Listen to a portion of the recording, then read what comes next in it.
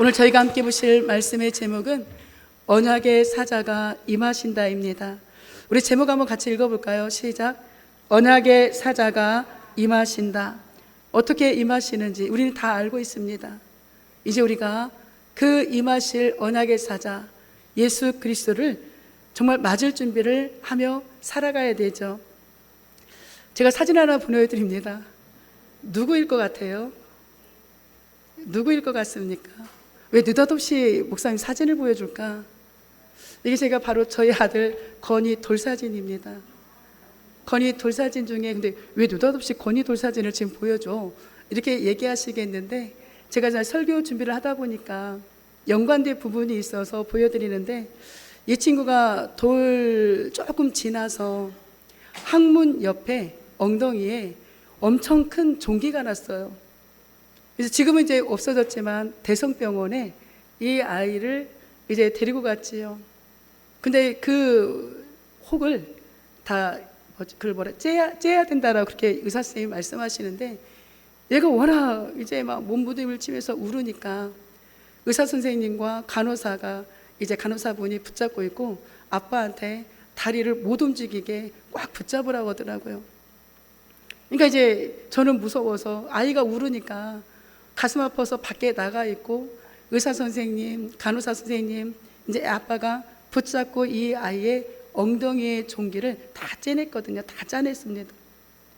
이 아이는 몸부림을 치지만 그렇게 해야 이 아이가 건강해지니까 그 혹을 떼내야 이 아이가 자유롭게 할 수 있으니까 의사 선생님, 간호사 선생님, 아빠까지 다 붙잡아서 이 아이를 꼼짝 못하게 해놓고 그 종기를 뗐던 기억이 나죠. 이렇게 아이를 키웁니다. 근데 어느덧 이 아이들은 사춘기가 됩니다. 사춘기가 되는데 아니 이 녀석들이 건이를 얘기하는 게 아니라 전반적으로 건이만 그렇게 아팠던 게 아니라 우리 아이들 뭐 병원에 입원하면서 이렇게 자라잖아요. 그렇게 키워놨더니 어느 순간 사춘기가 돼서 방문을 닫고 부모님과 대화를 단절하고 무슨 얘기를 하면 세대 차이 난다고 하고 이런 자녀들을 바라볼 때 부모님들의 심정이 얼마나 안타깝겠습니까? 그럼에도 불구하고 많은 거의 대부분의 부모님들은 이런 자녀들을 너무 사랑합니다. 내 자녀이기 때문에 무조건적으로 사랑해 줍니다. 그리고 그러한 사춘기가 있었을 때도 끝까지 기다려주고 어디가 아프다고 하면 차라리 내가 아픈 게 나은데 차라리 내가 아픈 게 낫지 아이의 아픈 것을 보는 것이 너무 고통스럽지요.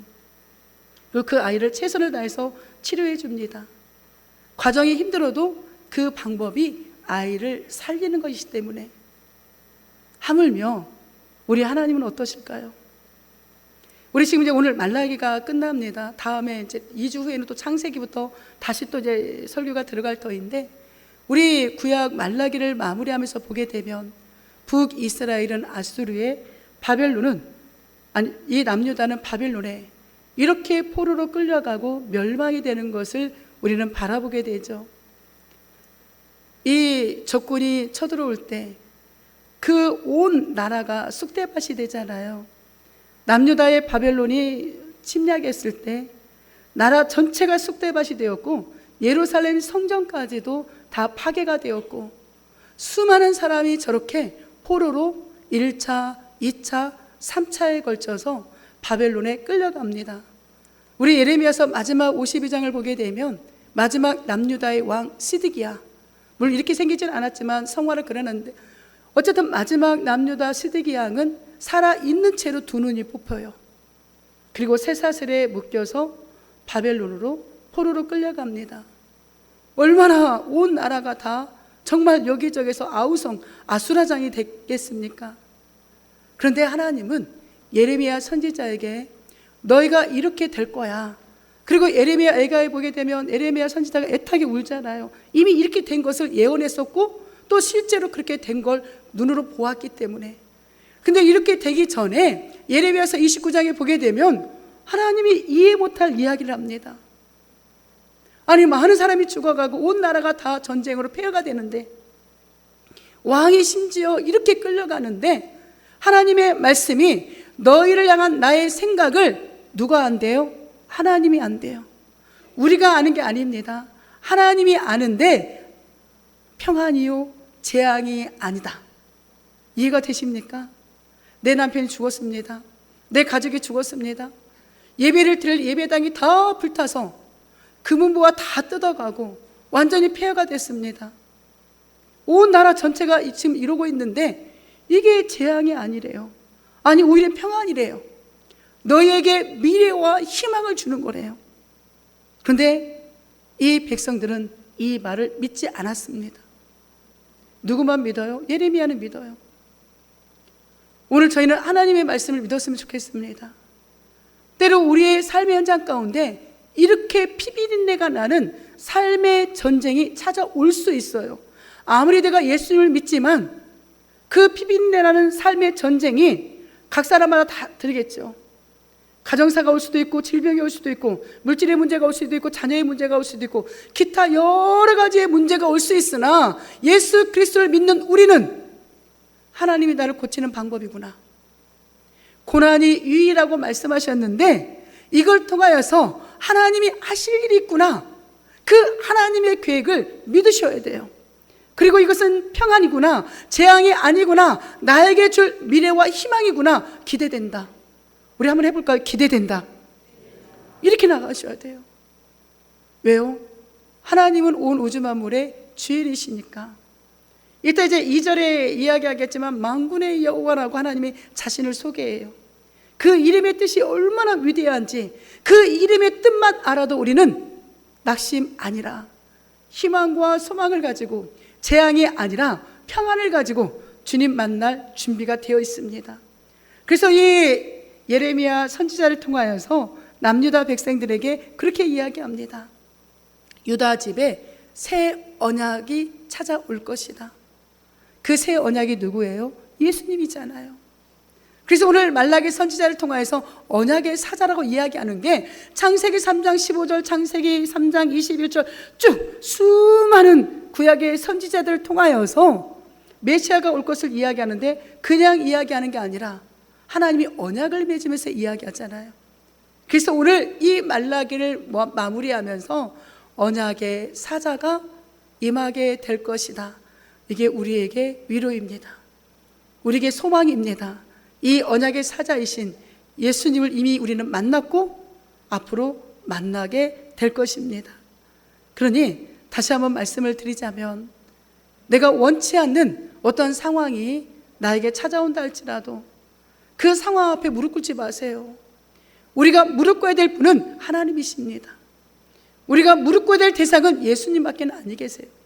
그분 앞에서는 마음껏 무릎 꿇으시고 그분 앞에서는 마음껏 통곡하시고 그분 앞에서는 마음껏 내 속에 있는 걸 다 토해내세요. 그러나 사람 앞에서는 항상 기뻐하시고 당당하시고 교만이 아니라 겸손하게 그렇게 찾아가게 된다면 하나님은 우리의 인생을 변화시킵니다. 어젯밤에 우리 성도님이 아니라 제 친구에게 전화 한 통화를 받았거든요. 직장에서 너무나 억울한 일이 있었던 거예요. 이거 제가 저한테 해답을 달래요. 막 웃었어요. 제가 너 이미 해답 알고 나한테 전화한 거잖아. 그랬더니 그 친구도 웃어요. 하나님께 맡겨라. 그리고 하나님 앞에 무릎 꿇고 그냥 그렇게 얘기해. 아니 하나님 나 정말 죽겠어요. 미워요. 그 사실대로 이야기해라. 그 너의 마음을 사실대로 이야기하다 보면, 그렇게 기도하다 보면 어느 순간 내 허물이 보일 것이다. 너도 그 친구에 잘못했을 거야. 서운하게 한 부분 분명히 있을 거야. 그럼 그게 깨닫게 되면 그 친구가 미운 게 아니라 오히려 나의 연약함을 발견하게 되고 관계가 회복될 것이다. 그러니까 지금 무릎 꿇어 하나님께. 그랬더니 막 웃어요. 너 그렇게 얘기할 줄 알았대요. 그게 성경적이니까 당연히 그렇게 말하는 게 맞는 거야 라고 대화를 나눴거든요. 오늘 우리의 삶의 현장 가운데 찾아오는 수많은 문제 앞에 언약의 사자가 되신 예수 그리스도의 이름을 붙잡고 무릎 꿇으세요. 그러면 나머지는 누가 하십니까? 하나님이 하시는 거죠. 오늘 말라기는 4장밖에 되지 않습니다. 근데 이 4장을 쭉 제가 이 설교 준비하면서 수도 없이 읽고 또 읽어도 하나님 우리를 사랑하신대요. 말라기 1장에 보게 되면 제사장들 모든 백성들이 다 타락했거든요. 하나님 앞에 더러운 떡을 올려드려요. 제사장들이 진설병을 일주일에 한 번씩 올려드려야 되는데, 따끈따끈한 정말 좋은 떡을 올려드려야 되는데 더러운 떡을 올려드려요. 누가? 제사장이. 지금으로 말하면 주의 종 목사님들이. 그리고 백성들은 아니 왜 매번 번거롭게 예배당에 나와서 이렇게 예배를 드리라고 그래. 그리고 훔친 거, 병든 거, 저는 거, 사람들이 사용하지 못할, 사람들이 먹지도 못할 그것들을 갖다가 하나님 앞에 예물이라고 드려요. 그거 나는 내 할 도리 다 했습니다. 이거 나는 심판받을 일이 없습니다. 이런 신앙의 모습으로 가요. 그리고 2장을 또 넘어가서 보니까 아니 이 유다 남자분들이 결혼해서 지금 어린 아이들을 다 데려다가 결혼해서 잘 살고 있는데 어느 날 갑자기 이방 여인들이 사랑스러워 보이는 거예요. 그러니까 이혼할 핑계거리를 찾아요. 쉽게 말하면 내가 이 사람과, 내가 지금 살고 있는 이 사람이 아무 잘못도 없는데 이 사람과 헤어져야 될 핑계거리를 찾아요. 그리고 이방 여인들과 결혼을 해요. 그것을 성경은 괴사라고 표현해요. 간사다라고 표현하거든요. 이따 제가 말씀을 또 드릴 터인데, 그리고 나서 3장에 와서 하나님이 2장 17절에 도대체 하나님이 어디 계시냐라고 물어봐요. 그러니까 하나님이 야 만군의 여호와가 언약의 사자가 올 것이다. 이게 지금 3장 내용이에요. 그리고 3장 중반에 야 너희들 신앙생활 잘한다겠지? 온전한 11조라도 드리고 니네 신앙생활 잘한다고 해봐. 니네 그렇게 하지도 않잖아. 그렇게 이야기하고 4장에 넘어가서는 여호와의 날, 하나님이 준비한, 오늘 성경에는 내 사자라고 이야기하는 세례 요한이 임하게 될 것을 예표하면서 말라기가 멈춰요. 내 사랑하는 성도 여러분, 퀴즈. 예전에 제가 말라기 할 때도 퀴즈를 했는데 또 한 번 퀴즈. 말라기가 끝나고 마태복음이 시작합니다. 세례 요한이 이제 등장을 하잖아요. 예수님 오시기 전에. 그럼 말라기 선지자 이후에 세례 요한이 오기까지 몇백 년 동안 하나님의 말씀이 없었을까요? 자, 이렇게 하니까 또 막 다 고개 숙이다 저를 안 쳐다보니까 제가 힌트를 드릴게요. 1번 100년, 2번 200년, 3번 300년, 4번 400년. 역시 센스 있으십니다. 400년 동안 선지자 누구를 통해서도 말씀이 없어요. 그런데 놀라운 게 뭔지 아세요? 하나님이 삐치신 것 같잖아요. 물론 한쪽으로 삐치셨겠죠. 그렇지만 400년 동안 하나님이 하신 일이 있어요. 세례 요한을 준비하셨고 세례 요한을 통하여 봐라 세상 죄를 짊어지고 가는 어린 양이로다. 예수님을 오실 준비를 하신 거예요. 그리고 그 예수님의 복음을 증거하기 위해서 로마라는 나라를 강대국을 만들고 모든 길은 로마를 통하여 간다라고 이야기하잖아요. 복음이 전파되려면 어떻게 해야 돼요? 이 길이나 모든 것이 다 준비돼야 되는데 이 400년 동안 하나님이 하신 일은 복음이 온 세계에 전파되어질 수 있도록 모든 작업을 하고 계셨던 거예요. 우리가 때로는 하나님이 응답이 없는 것 같지만 하나님은 지금도 우리를 위해서 일하고 계십니다. 안 믿으시죠? 하나님은 일하고 계세요. 그리고 그 일하심이 정말 순식간에 퍼져나갈 수 있도록 우리를 도구로 사용하실 겁니다. 그리고 마지막 그 언약의 사자를 통하여서 기념책에 책이 기록되고 주의 날이 임하고 엘리야, 여기서는 엘리야라고 나오지만 세례 요한을 지칭합니다. 이런 하나님을 이 이스라엘 백성들이 뭐라고 하나님 앞에 반박하느냐? 1장에 보게 되면 주께서 어떻게 우리를 사랑하셨어요? 라고 반문해요. 야 내가 너희를 사랑한다? 라고 이야기하니까 아니 하나님 우리를 어떻게 사랑해요? 증거를 대봐요. 또 뭐라고 이야기하냐면 야 너희들 왜 나를 멸시하니? 왜 그렇게 예배를 드려? 그러니 이들이 하는 이야기가 우리가 어떻게 주의 이름을 멸시했습니까? 언제 멸시했다라고 그런 얘기하세요? 라고 또 반박을 해요. 그리고 오늘 2장 17절에 하나님이 어디 계십니까? 돌아와야 되지 않겠니? 우리가 어떻게 돌아가요? 어떻게 더 이상, 어떻게 신앙생활 더 잘하라고 이야기해요? 그리고 마지막 3장 8절에는 너희들 왜 내 것을 도둑질하니? 이렇게 저렇게 이야기해도 말이 안 통하니까 이제 11조 문제를 가지고 이야기하거든요. 왜 너희들 내 거 도둑질하냐? 언제 우리가 도둑질했어요? 말도 안 되는 소리 하나님 하고 계시네요 라고 반박하는 것이 바로 이 말라기의 내용들인 거죠. 그럼에도 불구하고 하나님 우리를 사랑하시고 이들을 사랑하셔서 언약의 사자 안에서 구약은 이미 오실 예수님, 이 신약은 2000년 전에 오셨고 또 그날이 언제인지 모르지만 다시 오실 예수님, 언약의 그 사자 안에서 우리를 사랑하십니다. 우리를 도와주십니다. 우리를 구원해 주십니다. 그분을 믿으셔야 돼요. 그분이 나의 구원자이시니까. 오늘 17절 보니 너희가 말로 여호와를 괴롭게 하고도 이르기를 우리가 어떻게 여호와를 괴롭게 드렸나이까 하는도다.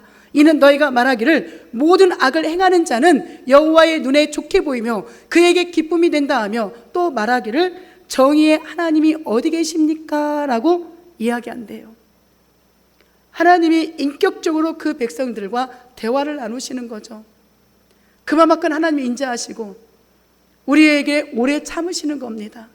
오늘 우리 찬양팀들 사랑은 언제나 온유하고 오래 참는다고 이야기하는데 하나님의 오래 참으심의 사랑이 있었기 때문에 오늘 이 자리에 저와 우리 성도님들이 있는 거죠. 백성들의 뻔뻔한 질문, 아니 우리가 언제 하나님을 괴롭게 했어요? 아니 증거를 대보세요 하나님. 근데 아까 제가 말씀을 드렸잖아요. 2장을 보게 되면 1장부터 쭉 보면 이들의 불신앙, 이들의 불순종, 이들의 무관심, 이들의 신앙의 나태함, 그리고 자기 본부인을 다 버리고 이방 여인을 데려다가 결혼하는데 그 모든 죄를 누구한테 뒤집었어요? 자기 사랑하는 부인에게 그 원인이 다 그에게 있다라고 뒤집어 씌우고 내쫓고 이방 여인과 결혼하는 괴사, 성경 그렇게 표현합니다. 그리고 왜 더 이걸 하나님이 가증히 여기시느냐? 그 이방의 딸들이 섬기는 우상을 누가 섬겨요? 하나님을 믿는 이 백성들이, 이 남자들이 섬기는 거예요. 그러니까 하나님의 진노하심이 임하게 되는 거죠. 이렇게 살고 있음에도 불구하고 뭐라고 이야기한다고요? 우리가 언제 하나님을 괴롭게 했어요? 라고 반문해요. 그리고 또 나아가 뭐라고 하나님의 뜻을 오해하느냐? 아니 하나님, 우리는 선민이잖아요. 우린 성민이잖아요. 성민, 거룩한 백성, 선민, 먼저 선택받은 백성들인데 하나님 우리는 어떻게 행동을 해도 하나님 다 용서해 주시는 거 아니에요? 행악자를 기뻐하시고 기쁨이 되는데 우리가 도대체 뭘 어떻게 잘못했다라고 하나님 이러십니까? 하나님 우리를 심판하지 않잖아요. 우리 구원하신다면서요. 근데 왜 우리에게 이런 말씀하세요? 라고 반문하는 거예요. 하나님이 들으실 때 얼마나 기가 막히겠습니까? 더 쉽게 표현해드리면 우리 자녀들이 뭔가를 잘못을 심하게 했어요. 그래서 야단을 칠 거 아니에요. 너 이놈 새끼냐, 너 왜 그런 행동을 했어?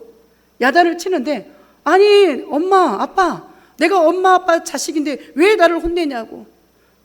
엄마 아빠가 나를 이렇게 키웠잖아. 이렇게 이야기하는 자녀들도 있거든요. 지금 이스라엘 백성들이 하나님 앞에 그렇게 이야기하는 거예요. 아니 내가 뭘 잘못했다고 이렇게 나를 혼내시고, 아니 내가 하나님 자녀인데 나 심판하지 않을 거잖아요. 그런데 하나님, 그런 공의 하나님이 어디 있다라고 왜 자꾸 우리를 괴롭게 하십니까?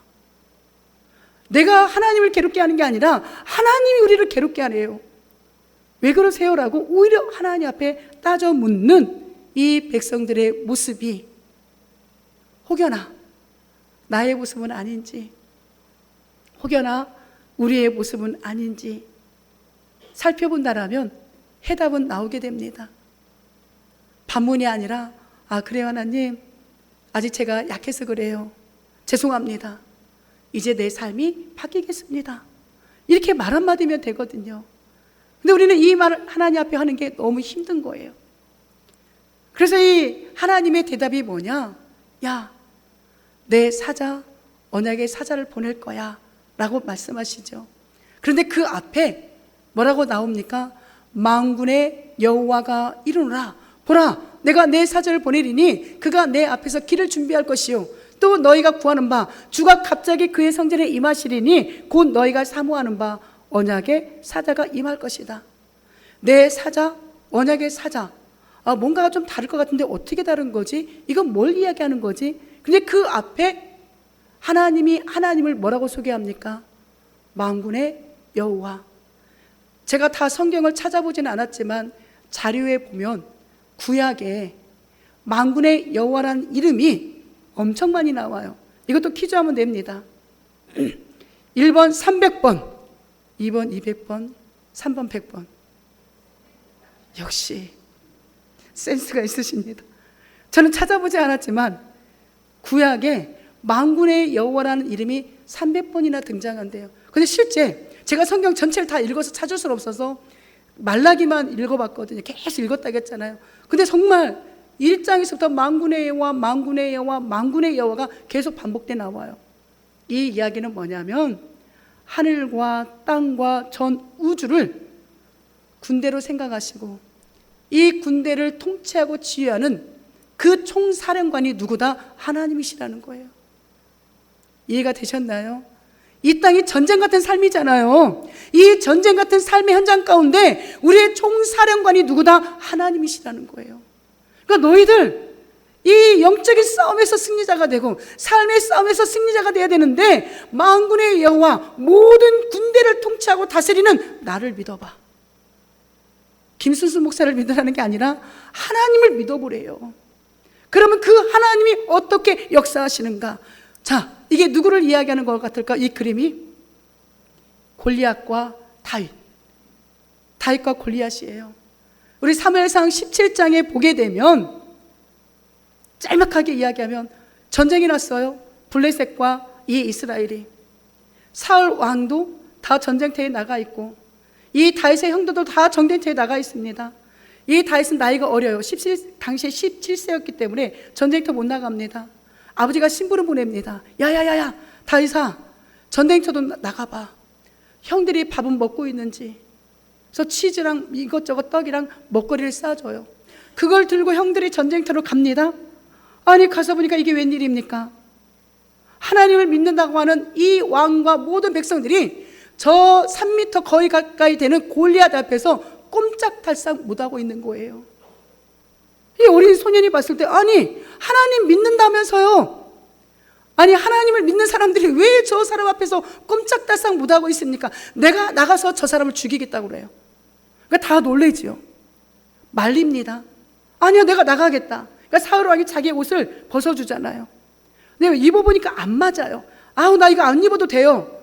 그리고 막대기 하나와 물맷돌 5개만 가지고 저 골리앗 앞에 나가요. 이 골리앗이 그렇게 사무엘을 다윗이 걸어오는 것을 보고 그렇게 이야기합니다. 기가 막혀서, 야, 네가 제가 거짓말하는 거 아니에요. 성경에 보면 그때 나와요. 네가 지금 나를 개로 여기냐? 아니, 이 어린 것이, 아니, 칼도 단창도 안 가져오고 어디 막대기 하나를 갖고 나한테 와? 네가 지금 나를 개로 여기니까 이렇게 하지? 그렇게 너무 어이가 없으니까.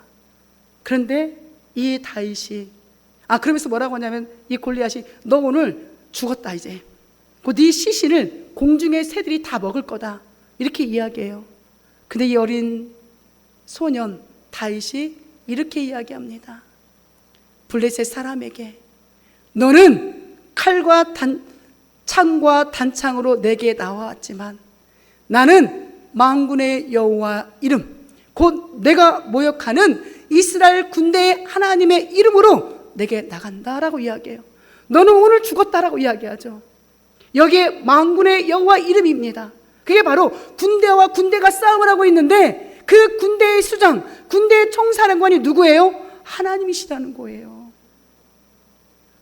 우리의 믿음이 이 어린 소년 다윗보다 못할 때가 얼마나 많이 있습니까? 내 삶의 직면에 있는 그 문제가 두려워서 그 문제 앞에 벌벌 떨고 있을 때가 얼마나 많이 있습니까? 그런데 오늘 다윗처럼 누구의 이름으로? 만군의 여호와의 이름으로 그 문제 앞에 나아가는 저와 우리 성도님들 되시기를 간절히 소망합니다. 그 하나님이 우리를 위해서 누구를? 언약의 사자를 예비해 놓으셨대요. 사랑하는 성도 여러분, 전쟁과 같은 파괴된 신앙, 전쟁과 같은 파괴된 삶, 혹시 이렇게 살아가고 계신다라면 오늘 만군의 여호와께서 보내신다고 하는 언약의 사자를 믿으시고 힘을 내서 전쟁에서 승리하시기를 주의 이름으로 축복합니다. 이것이 바로 하나님이 우리에게 요구하시는 사항인 거예요. 하나님의 대답 가운데 내 사자가 누구냐? 세례 요한입니다. 마태복음에 보게 되면 예수님이 말씀하시죠. 내가 내 사자를 기록된 바 보라, 내가 내 사자를 내 앞에 보내노니 그가 내 앞길을 내 앞에 준비할 것이다. 지금 말라기에 있는 이 말씀을 그대로 인용하잖아요. 말라기에 보게 되면 내 사자를 나보다 앞서 보낸다고 했는데 이 사람에 대한 말인데, 내가 진실로 너에게 말하노니 여자가 낳은 자 중에 세례 요한보다, 지금 세례 요한을 이야기하는 거잖아요. 이 세례 요한보다 큰 이가 없도다. 말라기에서 말했던 그 내 사자는 예수님의 그 공생의 사역을 준비했던 세례 요한을 지칭하는 겁니다. 이 세례 요한은 예수님과 먼 이종 사촌지간이거든요. 근데 이 광야에서 가죽옷을 입고 석청을 먹으면서 메시아가 올 것을 예언합니다. 예수님이 오실 것을 예언합니다. 그리고 예수님을 본 그 순간, 보라, 세상 죄를 짊어지고 가는 하나님의 어린 양이도다. 그 예수님을 정확하게 바라보고 그 예수님을 높이는 일에 이 세례 요한은 쓰임받고 있는 거예요. 이해가 되시죠? 예수님이 오시기 전 하나님이 준비된 내 사자, 그 세례 요한이 다시 오실 그 예수님을 증거하고 있죠. 이제 이 시대 우리가 이 길을 예배하는 신앙이 회복되어야 돼요. 사랑하는 성도 여러분, 예수님은 다시 오십니다. 세례 요한이 초림했던 예수님, 공생의 사역을 시작하실 그 예수님을 예표했던 것처럼 이제 이 본문의 말씀을 우리가 어떻게 받아들여야 되냐? 우리도 세례 요한처럼 2000년 전에 이 땅에 오셔서 나의 죄를 위하여 십자가 죽으시고 부활하시고 승천하신 주님, 지금 하나님의 보좌 위에 죄의하시고 계시는 그 주님, 그날이 언제인지 모르지만 다시 오실 그 예수님을 어서 오시옵소서, 그 주님을 증거하며 살아가는 것이 우리의 의무인 거예요. 근데 아직도 앉아 계시겠습니까? 근데 아직도 낙심하면서 좌절하고 계시겠습니까? 신행의 나태함 가운데 있겠냐는 거죠. 일어서셔야 돼요. 일어서셔서 정말 나에게 맡겨진 이 사명을 세례 요한처럼 감당할 때 주님 다시 오셔서 너 수고했다, 너 잘했다 칭찬하시지 않겠냐는 거죠. 그렇게 살아가는 우리 성도님들이 돼야 됩니다. 세례 요한처럼 예수님을 맞을 준비를 하고 사셔야 돼요. 이 언약의 사자가 누구입니까? 구약에서 수도 없이 예언했잖아요. 예수 그리스도가, 메시아가, 구약에 예수라는 이름은 없지만 메시아가 올 것을 수도 없이 이야기합니다. 그래서 정말 그 메시아가 2000년 전에 이 땅에 오셨는데 천사가 나타나 아들을 낳으리니 이름을 뭐라고 얘기해요? 예수라. 이 예수라는 이름은 하나님이 지어주신 거예요. 왜요? 그 예수 이름의 뜻이 그가 자기 백성을 그들의 죄에서 구원할 자다. 이 모든 일이 된 것은 주께서 누구로 하여금, 선지자로 하여금 말씀하신 것을 이루었다라고 성경은 분명 이야기합니다. 그 언약의 사자를 로마서 1장에는 그렇게 이야기합니다. 이 복음은 하나님이 선지자들 통하여 그들의 아들에 관하여 미리 어디에 예약했다네, 약속하셨어요? 성경에. 메시아가 오실 것을, 예수님이 오실 것을 이미 성경에 예언하셨습니다. 약속하셨습니다. 그러므로 우리 모든 이 일들은 어디 안에서? 예수 그리스도 안에서 심판이 일어나고, 예수 그리스도 안에서 회복이 일어나고, 예수 그리스도 안에서만 구원이 일어나는 거예요. 이 사실을 믿으시기를 주의 이름으로 축복합니다. 우리 2절 한번 읽어볼까요? 시작. 그가 임하시는 날을 누가 능히 당하며 그가 나타나는 때에 누가 능히 서리요. 그는 금을 연다는 자의 불과 표백하는 자의 잿물과 같을 것이다. 이 회복이 누구 안에서? 언약의 사자이신 예수 그리스도 안에서 이루어질 것을 이야기해요. 실제로 2000년 전에 이 땅에 오신 예수님을 요한복음은, 사도 요한은 이렇게 증거합니다. 말씀이 육신이 되었다는 건 성육신, 초림하신 거잖아요. 우리 가운데 거하심에 우리가 그의 영광을 보니 아버지의 독생자의 영광이요 은혜와 진리가 충만하더라. 2000년 전에 예수님을 실제로 보신 분들은 얼마나 감격스러웠겠습니까? 언젠가 다시 우리는 예수님을 만나게 됩니다. 그 예수님을 만날 때를 생각해 보신다면 얼마나 감사합니까? 얼마나 흥분됩니까? 얼마나 놀랐겠습니까? 그 감격이 지금 이 순간 회복되셔야 돼요. 히브리서에는 이 새 언약으로 오신 예수님을 이렇게 증거합니다. 그는 새 언약의 중보자다. 누가? 예수 그리스도가. 그 첫 언약 때의 범한 죄에서 속량하시려고 죽으셨고 부르심을 입은 자로 하여금 영원한 기업을 약속을 얻게, 즉 천국을 들어갈 수 있도록 언약의 사자이신, 언약의 중보이신 예수 그리스도 안에서 이루어 주신다라고 성경은 분명 증거합니다. 사랑하는 성도 여러분, 방금 전까지 우리의 신앙이 불신앙이었습니까? 때로는 내 마음이 악행이었습니까? 타락이었습니까? 그러나 우리 이 시간 나의 구원자여 멸망의 길이 아니라 구원의 길로 인도하실 그 심판자이신 예수님을 다시 한번 나의 구주로 고백하시고 나의 모든 죄를 다 토해내시고 이제는 정말 주님께서 약속하신 그 약속에 따라 명령하신 그 명령에 따라 살아가겠습니다라고 결단하시면 어떨까요? 아니, 결단하셔야 돼요. 그 길이 너희가 살 길이다 라고 성경은 수도 없이 우리에게 말씀하십니다.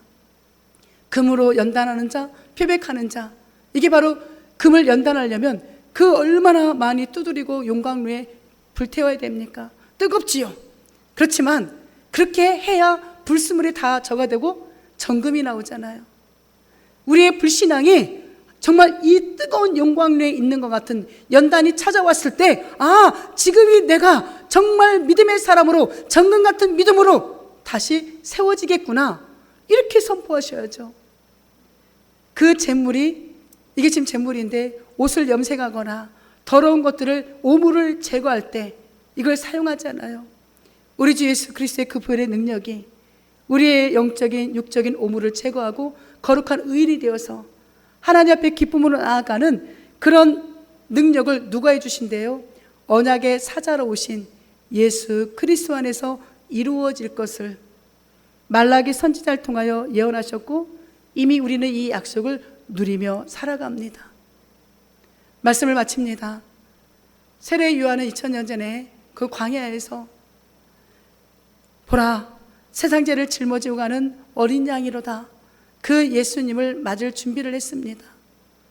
이제 우리가 이 시대를 살아가면서 정말 세계의 중심부에 있는 우리 주일학교 모든 성도님들이 가정의 복음화, 민족의 복음화, 세계의 복음화를 이루는 주역들로 살아가셔야 돼요. 내가 지난주 어떤 분에게 그렇게 이야기했습니다. 지난주가 아니라 참 이번 주에 했구나. 자녀를 위해서 가정의 복음화, 민족의 복음화, 세계의 복음화의 주역이 되게 해달라고 기도하셔라. 하나님이 반드시 이루어 주실 거다. 여기 안에는 이렇게 되려면 우리가 영적으로도 성령 충만해야 되지만 물질도 있어야 되고 건강도 있어야 되고 여건이 허락해야 되는데, 이 가정의 복음화, 민족의 복음화, 세계의 복음화가 얼마나 중요한 메시지를 다 담고 있는 줄 아느냐, 이렇게 기도하시고 이렇게 선포하시면서 살아가시라고 권면했습니다.